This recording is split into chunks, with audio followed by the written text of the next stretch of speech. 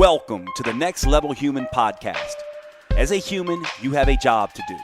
In fact, you have 4 jobs: to earn and manage money, to attain and maintain health and fitness, to build and sustain personal relationships, to find meaning and make a difference.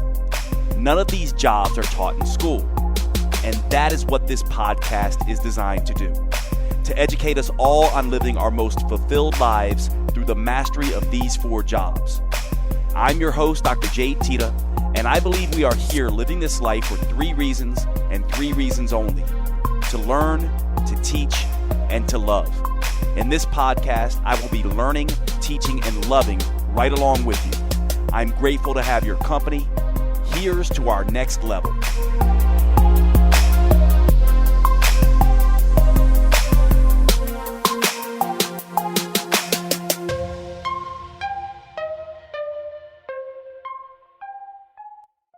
Welcome to the show, everyone. On this episode, I have one of my closest friends hanging out with me today, and this guy is, I consider him one of the most gifted practitioners right now in the area of autoimmune. He's especially when it comes to individuals with PCOS and Hashimoto's thyroiditis, and those people who believe that some of their health dysfunctions are coming from past traumas.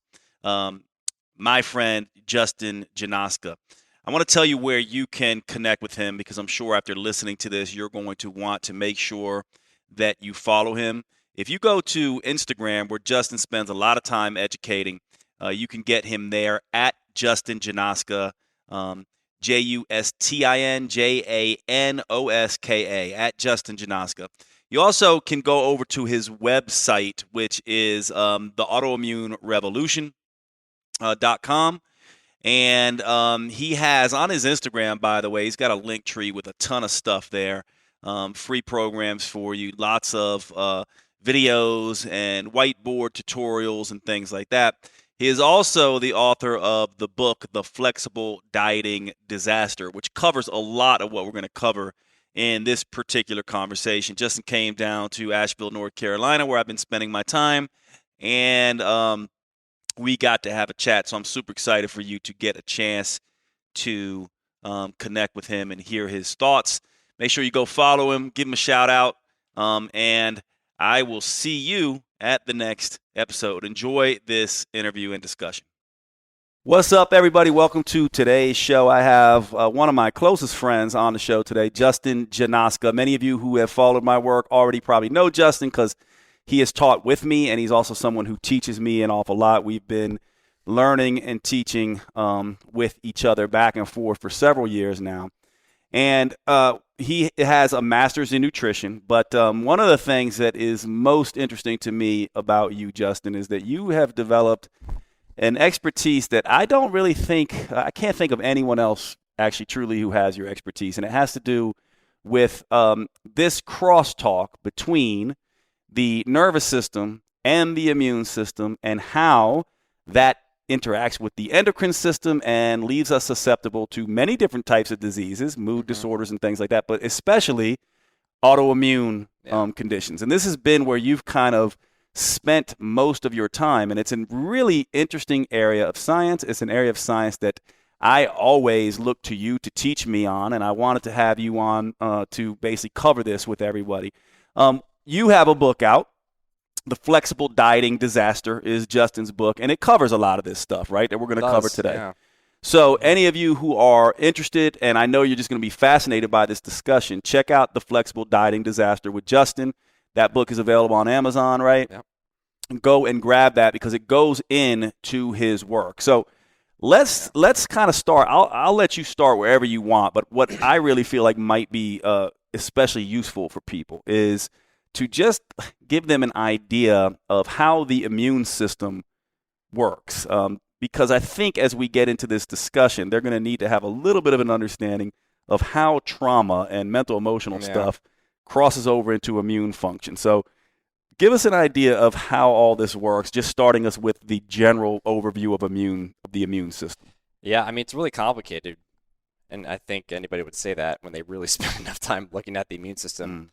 and I haven't figured it all out even myself, but there's been a lot of research on this stuff, especially in the context of autoimmunity and chronic disease and mental health disorders and even eating disorders and that sort of stuff, which is actually why I wrote the book, The Flexible Dieting Disaster, because I'm weaving in the issues around macros and flexible dieting and competing even, and how that connects to the immune system and also chronic disease and autoimmune disease as well. But anyway, I think that the most succinct way of explaining it is just that, there are three basic arms as I look at it. You have the innate immune system, you have in the cell-mediated and the adaptive. So you have your antibodies in the adaptive arm, you have the T cells and the cell-mediated, and then you have the innate, which is like your first line of defense, which is actually, I think, where a lot of us are paying attention right now with the virus and natural killer cells and this and that, and exercise helps with that. But if we're really looking at how that changes, it's because of, well, to me, it's how stress really, obviously a lot of things have an impact on the immune system and what changes the volume, I would say, of different immune cells. And there's so many different types, right? And stress has a big role, in my opinion. It's the biggest regulator of those immune cells, and exercise does it too, and a lot of things, right? Meditation, things like that. But we're all dealing with a lot of stress right now, and I think that's why it's important to even kind of reemphasize that. But basically, things kind of go awry when you're dealing with chronic stress. There is adrenaline, there's cortisol, these hormones that are basically signaling and trafficking these immune cells in a good way in some instances and not so good in others. And we could talk about that, but I mean, acute stress is one thing, but the chronic stress that goes on for years, and what I fear and think is going to happen is with 2020 and everything that's gone down, that's going to start the ball rolling for things to go wrong down the line, and that's where you're going to find these negative consequences with disease. And I said this earlier at the beginning of the pandemic. I said, the acronym for 2020 is really PTSD. Yeah. No kidding. But anyway. Well, let me go back and see if I can give, because me, man, I always like to give sort of like a metaphor or an analogy or something like that. Right. So let's go through this real quick and see if I have this correct. So there's the innate immune system. This is what you call the first line of defense. Yeah. So as I think about this, I would think, if I'm thinking about this, let's say from, the first responders in a city, right?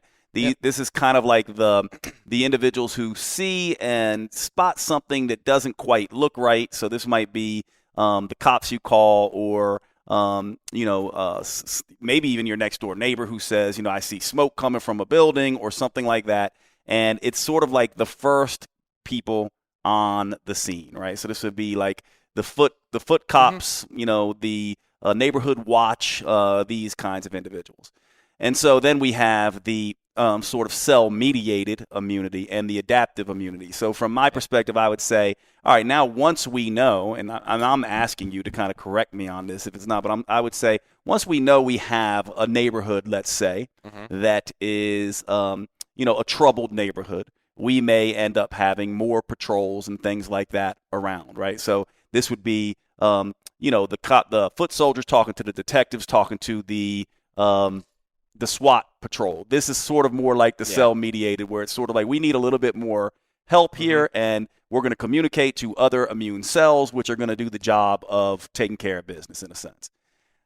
Is that about right, or how would you correct and the antibodies are like they take a while to show up. They're the National Guard, right? They're coming across state lines, and eventually they come, and then they have a programming in them to deal with the next infection you have, for example. But right, and that all takes time. So the innate immune system is pretty fast, right? This is, just sort of general immune cells that can take care of business. Cell-mediated is a little bit slower, and then the adaptive is a little bit slower but lasts longer. So next time you see this, you're able to handle it better. And so immunoglobulins, antibodies, come from the adaptive immune system. They remember things.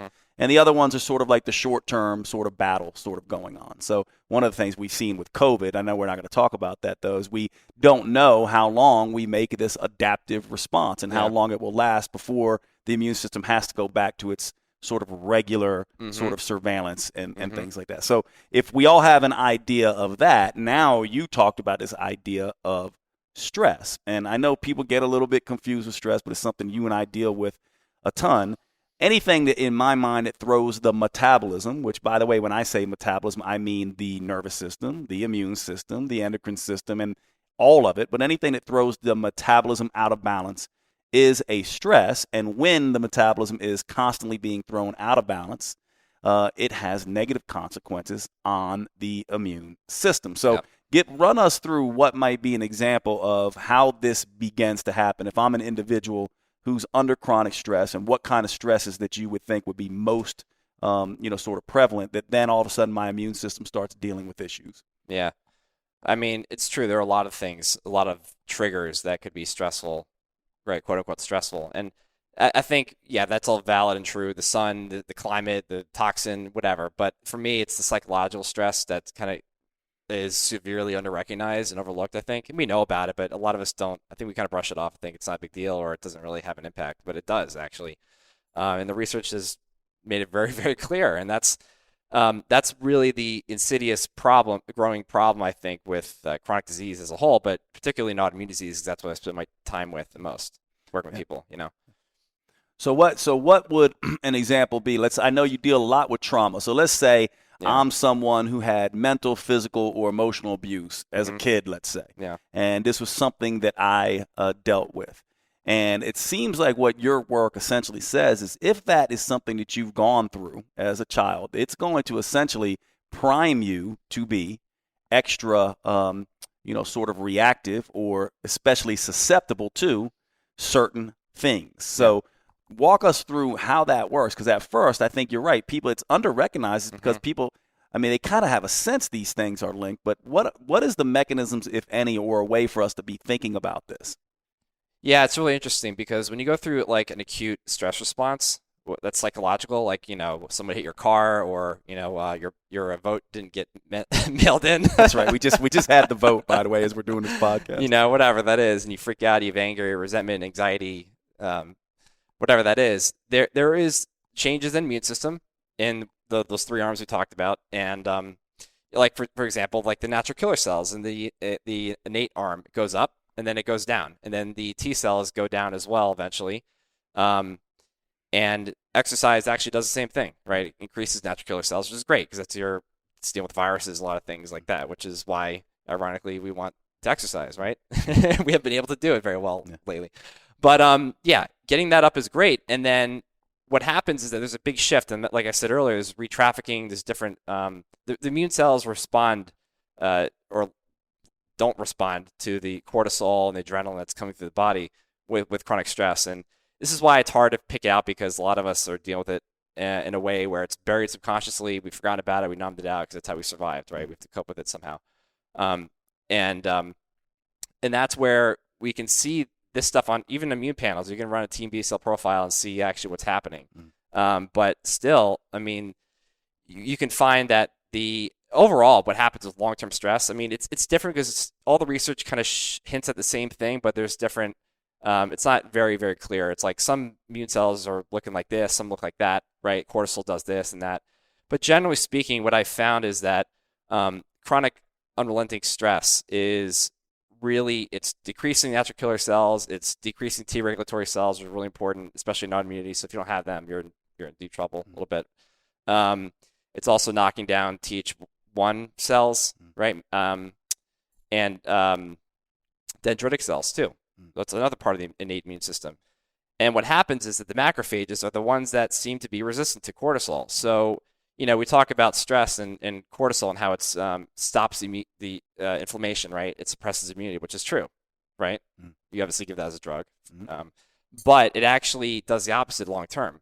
It actually increases cortisol, or inflammation, right? Because the macrophages are resistant to it, and they're just perpetuating the inflammation and whatever the issue that's going on.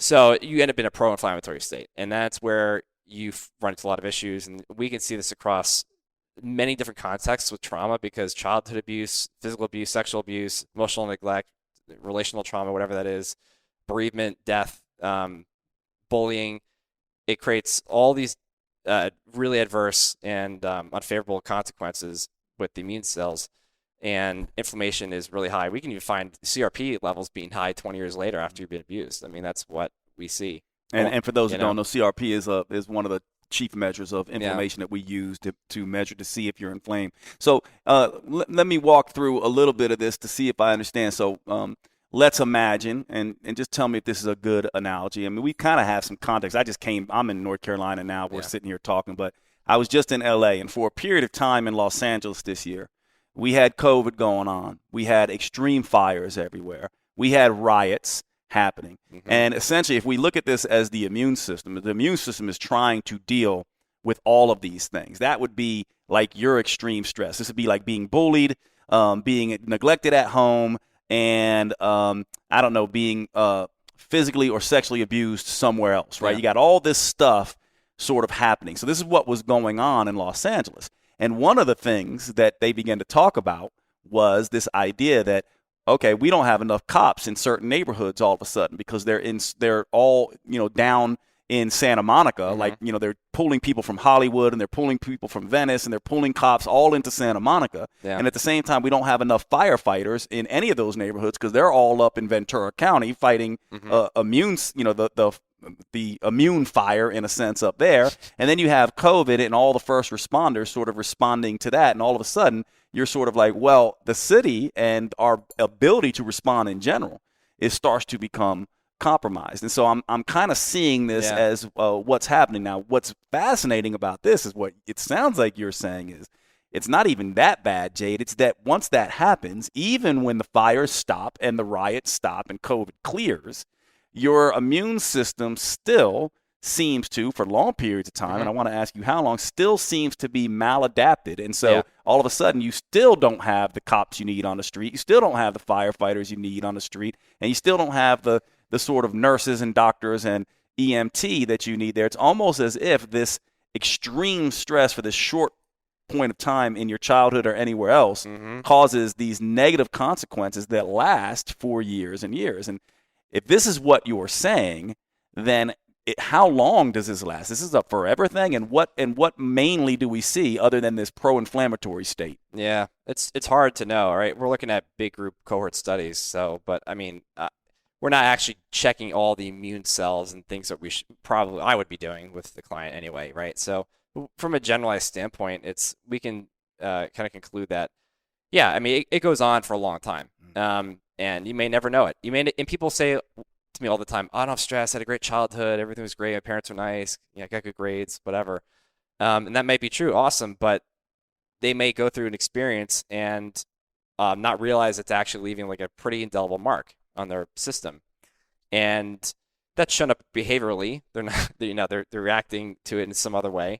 It's unconscious, but the troubling thing is that. This is what happens with trauma. Like when you go through something like that, you're not really sure what to do.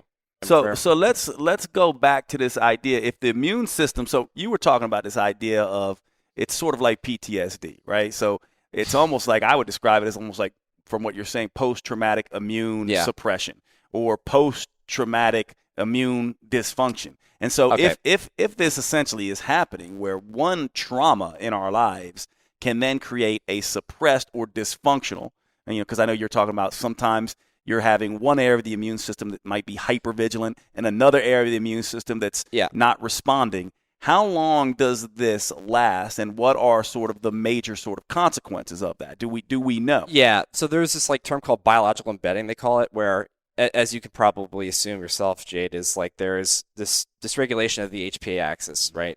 Your hypothalamus to your pituitary and the adrenal, that whole axis. But there's like hypersensitivity that goes on, and there are changes in the brain as well that we can even talk about, and that doesn't always happen. But people would be surprised to know that their amygdala their hippocampus shrinks. You've been sexually abused. We can find out that your brain is actually changing. Yeah, two areas where one centers emotion, the other one has to do with memory. So. Yeah, right, and other parts too. But this biological embedding just really means that you have a heightened stress response, and especially, and that's, you're not going to know because you may not really feel it, right? It might just be your new normal, right? And then it's just part of your life, and that's why it's hard for people to discern whether or not it's really an issue. But if you do panels and you look at cortisol levels and your cortisol awakening response, it's not going to be pretty probably. And that's what's confusing, is that the research shows like it's really, really high, it's really, really low. I have a client of mine who's has Hashimoto's. She was abused, molested 15 years ago, right?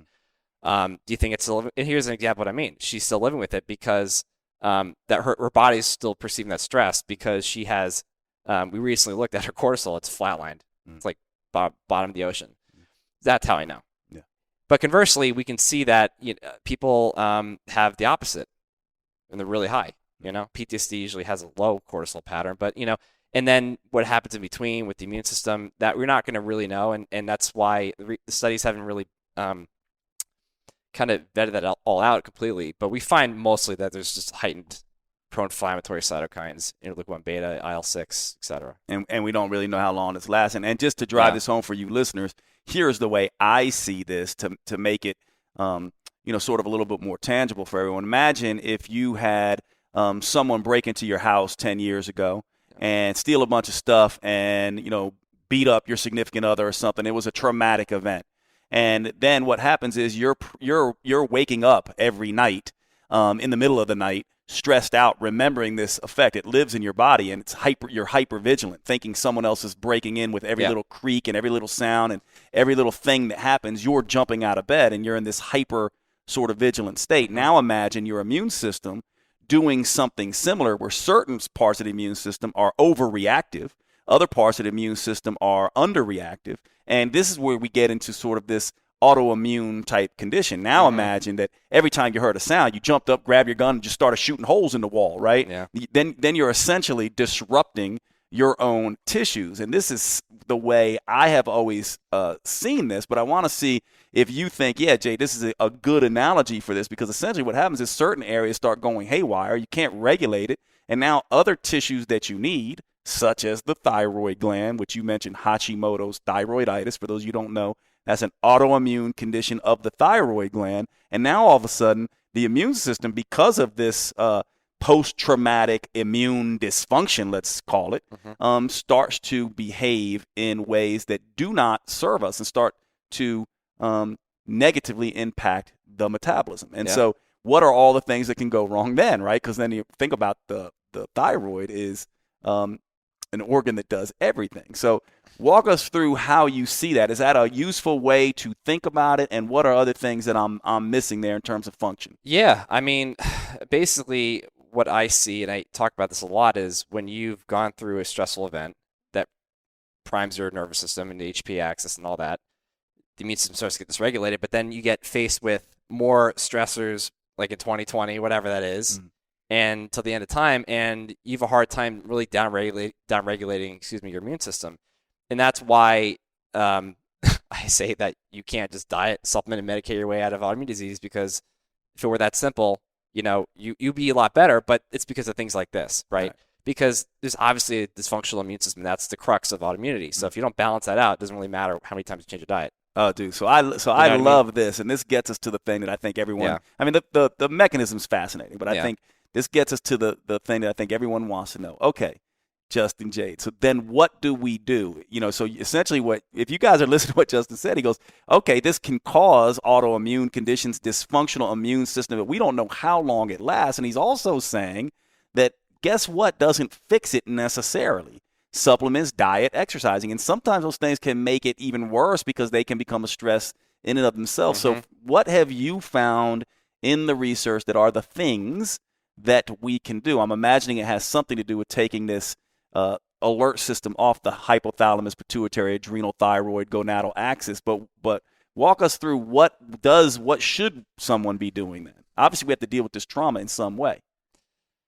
And that's how I look at it. That's the root cause of the other issues, that you're really at the end of the day, the autoimmune disease. I mean, the symptoms and pain really provide the source of where the healing is, and that's the events and the experiences you went through as an early adult or even a kid, right? It's not just you don't have to be a young kid to go through anything. It can happen at any point in time. So there's that part where you got to deal with that, and that's a lot of the stuff I do with mindfulness and that sort of thing. But we want to do that. But we also simultaneously want to do things like maybe low dose naltrexone and turmeric and immunosuppressant drugs and nutraceuticals and adaptogens. Those things are fine and great, but I think they're I don't know about you, but I think they're entirely overused, and we put a lot of weight on it thinking it's going to just magically fix everything. But I can tell you what, you can take all the ashwagandha you want in the world, but if you haven't actually dealt with the pain and trauma, it's completely set you backwards. It's going to be like 2 steps forward, 1 step back. It's going to be driving down the highway with your parking brake on or something like that. Like try to put out a fire, but you're also simultaneously putting more wood in the fire. Yep. It's like you're spinning your wheels. And one of the ones I use is trying to bail out the Titanic with a Dixie cup. It's just not it's not going to be enough, right? Yeah, right. So to walk us through then, because I know you don't, mindfulness stuff is tricky, but it sounds like that's where a lot of this has to happen. I mean, in the sense, if you can get that right, if you can reverse some of that trauma in the brain, the way the brain remembers this or perceives this, then maybe some of these natural therapies work better. And maybe that's why actually they work for some and not others. Maybe there's some trick there that certain people's brains are making sense of this trauma in a way that other people's brains are not. And I'm curious what you found there. On mindfulness? So we know that it definitely has favorable changes on the brain. It actually reverses a lot of what trauma does, where it decreases gray matter in the amygdala, it increases it in the prefrontal cortex. It reverses the damage that happens with trauma on the amygdala, right? And that's all great stuff. We want that. And then even on the immune system side, all those patterns of inflammation and the markers we talked about earlier, those can shift easily too. Cortisol can get renormalized. It just takes a long ass time. So with mindfulness, what are we exactly talking? Is this are you essentially saying, you're saying, hey, look, Jay, my clients, what I do is, I give them naltrexone and ashwagandha and other things like that if it's required, but I'm also having them go through meditative training. We do both. It's not either or. Okay, so it's both always. Yeah, because we still need a quick fix sort of thing to get the ball rolling and get their cortisol under control. Because I can tell you what, if you have an autoimmune disease, if cortisol is too high or too low, both of it is an issue. You're going to have a real tough time getting your immune system under control, right? It's because, you think about it, right? If you're in a chronic inflammatory state, your cortisol patterns might be high. They might be low, but you can also acquire new infections when it's low, or high. And then guess what? It's another trigger to your system. And so it doesn't really slow down and stop. So that has to get, the hormones have a huge role in all this, obviously. But yeah, I often call cortisol the Jekyll and Hyde hormone. Yeah, exactly. exactly. Like you guys know that story of Dr. Jekyll and Mr. Hyde. Dr. Jekyll's this, upstanding citizen and good person, and then he's got this alter ego, Mr. Hyde, that goes out and kills people and is just crazy. Yeah. And essentially cortisol is like this. It can really work for you or can work against you. We really need that Goldilocks sort of effect here. And so I'm just curious, because for me, when I go mindfulness, that could mean journaling, that could mean meditation, that could mean just, one of my favorite mindfulness techniques is to go for a walk in nature, and it's sort of like walking meditation. Guided meditation does it. So you're saying all of these things potentially work. Yeah. So doing things that instantaneously just slow down your nervous system, calm it down, and cortisol and things like that. But what I'm talking about even also that's more profound is going deeper and actually facing the wounds and pains. And that's a choice you have to make. And that's why we can talk about all the treatments and modalities and interventions that are out there. But if you're not willing to face it, that's the choice you have to make, then it's irrelevant. And that's what I make clear to everybody. It's like, it has to start with you. It's not your job or my job or anyone else's job to make you face that. But, you're not going to just fix it and undo, unburden, decondition just by taking an herb, And how do people do that? What have you found in terms of, there's lots of different techniques out there. There's, there's a lot of different ways to do this. I'm just wondering, what is your go-to technique, here? Yeah, there's nothing wrong with those sort of therapies that like Reiki and hypnotherapy and EMDR and QNRT and whatever, but those are fine. But the thing that has to precede that is awareness and consciousness and seeing the truth of your story and what happened. And if you don't do that and you go into something where you work with a therapist or whoever, and it has the intention of, it's what we do, but it's also why and what's the intention. If the intention is to fix you and pull it out of you, well, that's the problem. There's nothing to fix. There's only healing that needs to take place. And so that's why we can do that stuff to help uncover the layers, I think, that are burying the pain you've kind of numbed out, because that's what we do usually, which is and it's why it's difficult to remember this stuff. People are like, I don't remember it, because you know why? Because your cingulate cortex fused with your amygdala, and that's the fear-based kind of response that happens, but also your hippocampus gets damaged, so you don't remember much, and you also numb it out as a way to survive. So it's like, that's why you don't remember things sometimes. Yeah. So you have to do these therapies like, tapping or EFT, whatever, EMDR, to kind of get it out to your awareness. That might be helpful, but at the end of the day, what I'm doing with people is like trying to get them to face it with new intentions, with compassion, right? Forgiveness, acceptance, letting go, non-judging. And it's it's actually easy to talk about like just like this, in terms of what we're doing conceptually, but it's really, really, really hard to do. Yeah, it's one of these things it takes that a you have lot to, of time to really retrain your brain. It's all neuroplasticity. That's all it is. Yeah, and it is one of these things that if you're listening to this and you're feeling frustrated about, I don't know all these acronyms and things like this.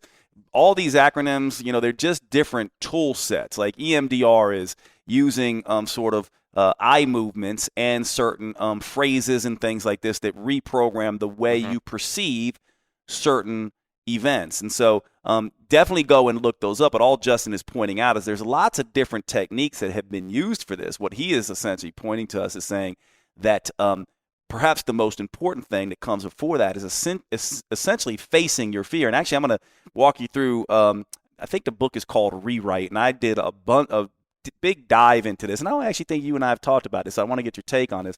I did a big deep dive on this probably 10 years back, and basically it was PTSD. This was done on soldiers. And what they did with the soldiers, they saw a couple things. If you took these soldiers who had PTSD, had these traumatic events in war, and you started to get them to talk about the event too soon, the PTSD actually got worse. And then what they started to do is they said, well, what we want to do is not talk about the process right away. We want to give them a little bit time for them just to feel things, right? So during this time, they were doing things like just walking, just movement, not really thinking too much about it. But then they took them in and did what they call a story edit. And this story edit essentially works like this, and I want to get your take on this to see if this is similar to what you would do or you would agree or disagree with this. What a story edit does is essentially says, has these soldiers write down the event, right? So like, let's say it happened August 10th in 2000 or whatever, and they write down the exact event. I was doing this. I was out on the patrol. Next thing I know, something happens. We're taking fire, and they write it exactly as it occurs, and then they get right up to the present day.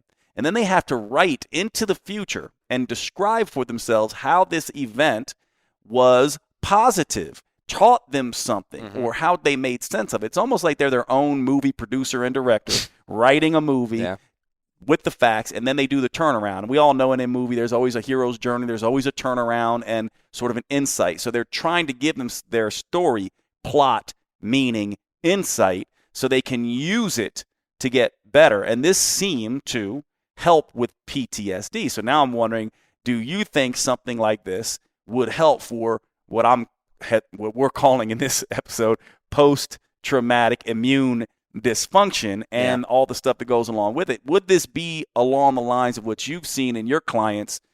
Do you think this makes sense to you and it would be useful? No, yeah, it's essentially what I'm doing. Narrative medicine. That's where it starts. Okay, Tell me your story. I love that, narrative medicine.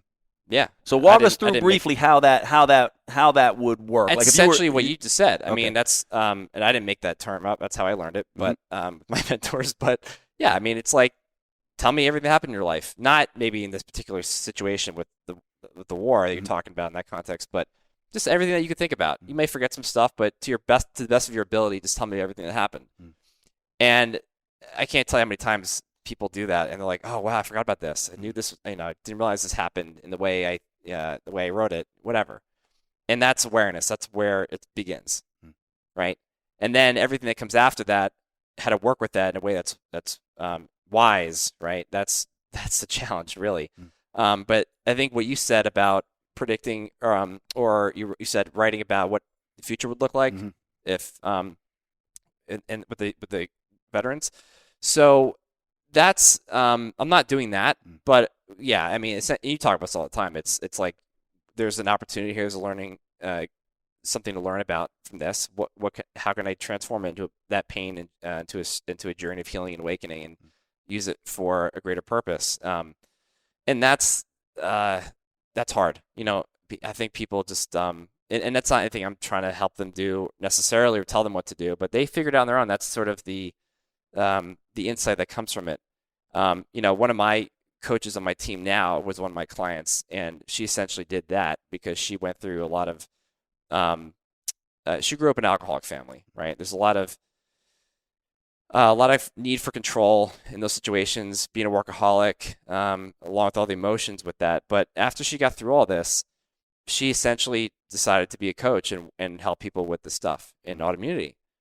That's an example, I think, of what you would do with that sort of pain. Yeah, and I think what you're saying is really interesting, right? Because you're saying, well, yeah, Jade, it sounds like this is what you're saying. You say, yes, absolutely, that works. But first comes the awareness, and many people will not talk about the events to even get to the awareness. So it sounds like your process is a lot about let's go through and remind ourselves of how you got here. Like, what are the things that have happened that you have kind of pushed aside, right? And I think it's really important. Some of these things can be so incredibly traumatic, but it sounds like most of your work, and I certainly would say I've seen this in my clinical work too, that the awareness probably is most of the battle, because once you get the awareness, oh, this is what has happened, this is how I responded to it, and maybe if I could see this a different way or begin to think about this in a different way, I can begin to turn that stuff around. Then all of a sudden, perhaps, now, all these mechanisms that you're talking about with cortisol and everything else, you start to kind of, your system starts to relax, for lack of a better term, and the fires up north are gone, the riots are gone, COVID's slowing down, and now you essentially go, okay, now I can take stock of all that, learn what I needed to learn, and that begins to perhaps calm the system down. And now maybe ashwagandha will help the hypothalamus pituitary connections get back online. And it sounds like this is exactly what you're saying and pointing to. Yeah, one thing I forgot to mention about the awareness thing is that's the first step. First is choice, then awareness, then the insight comes later. That's kind of the model I've thought about in my head. But what I was trying to say is that it starts with a quiet mind, because when the mind is still and tranquil and not seeking an answer or solution to this problem, which I'm not doing, and so when you're not seeking an answer or solution, nor are you avoiding or resisting, is when there can be truly regeneration of the mind, because the mind is incapable of perceiving the truth, and it's the truth that liberates, not the effort to be free, and that's where it comes from. And that's how I look at it. And a lot of people can be free from that truth, and there's not a lot that has to happen, but it's not always the case. So this is fascinating. My final thought that I want to see what your thing on. So obviously now you wrote this book, The Flexible Dieting Disaster. And so I guess the thing that I want to ask you, and I think this will kind of bring us full circle, is that, so is your contention that these people, many of us, are walking around with these wounds, either in childhood or through adulthood, and then we do things like become obsessive about diet or exercise as a way to try to exert some control over something? So we might become obsessive and anchor to that, and that doesn't solve the trauma underlying. In fact, it's completely avoiding it. And on top of it, that also can add stress to the system just metabolically if you're eating less and exercising more. And it sounds like do I have that right in terms of the work that you're actually doing, that's why you think that sometimes diet and exercise and going to the extreme with the way the diet world does is problematic because it's covering up the major issue? Not for everybody, of course, but it's the one area that I think that has not been addressed. I mean, you could tell me if you know anybody who's touched on this, but I that's why I did it, because I am trying to just gently, I think it's triggering for some people and provoking. Generally, though, I think that this is something that's happening all the time, and no one's realizing it. And yeah, people are doing competitions. One thing I said in the book, and this is going to annoy some people, is that I think there are a lot of people that are wounded children on stage. And I'm not saying that's the case for everybody. One of my friends is great. She's an NPC competitor herself, but I know she's doing it for the right reasons, and I know a lot of people are doing that too. But all I'm saying is that there's definitely a lot of people that are doing it for reasons to find achievement, acknowledgement, worthiness, when they there were some unfilled gaps because of some experience they went through. There's nothing wrong with it. It's just how you're dealing with it. Yeah. But the only way you're going to break that pattern and then subsequently stop the disease or the PCOS that comes as a result of doing that, which I have clients who have been down that whole entire path, which is why I connect that autoimmune stuff to it. You're not going to heal that disease, nor are you going to get through the or stop the self-defeating, self-sabotage patterns that you think are serving you until you work with the pain in the past. Yeah. Yeah, I mean, it's this is just, by the way, for those of you who didn't catch what Justin is saying when he talks about being on stage, there's a whole group and a whole sort of underground group of individuals who get extremely lean and do these extreme diets and exercise so that they can get on stage and show off their physique. And so that's essentially who he's pointing to. And it's really interesting because all of that, perhaps in some people, and who knows how many, I certainly can see some aspects even of myself in my younger bodybuilding days where I had some of this stuff going on. And I think it's really interesting if you're someone listening to this and you've been doing all the diet and exercise stuff and obsessing over that, and you have traumas, which we all do, and you're not seeing the results from that, and or especially you're dealing with some of these immune conditions, this is something you must look at. And I assume, I'm assuming most of this is in the book, yes? Mm-hmm. Okay. Yeah. The only thing that I've not done is there are no studies that talk about this.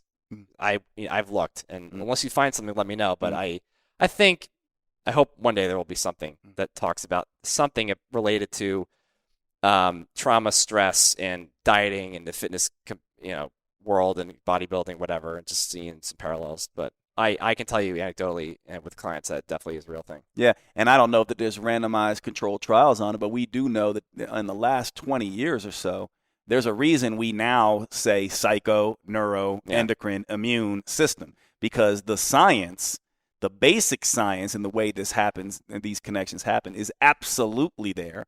We don't yet know to what degree and what conditions may be. I know you work with PCOS and Hashimoto, so you see it a lot in those conditions, but we don't yet know the specifics yet. And but it's fascinating, bro, and thanks for enlightening us on that. And I love you, homie. You're a genius. Cool. Thanks for hanging out with us.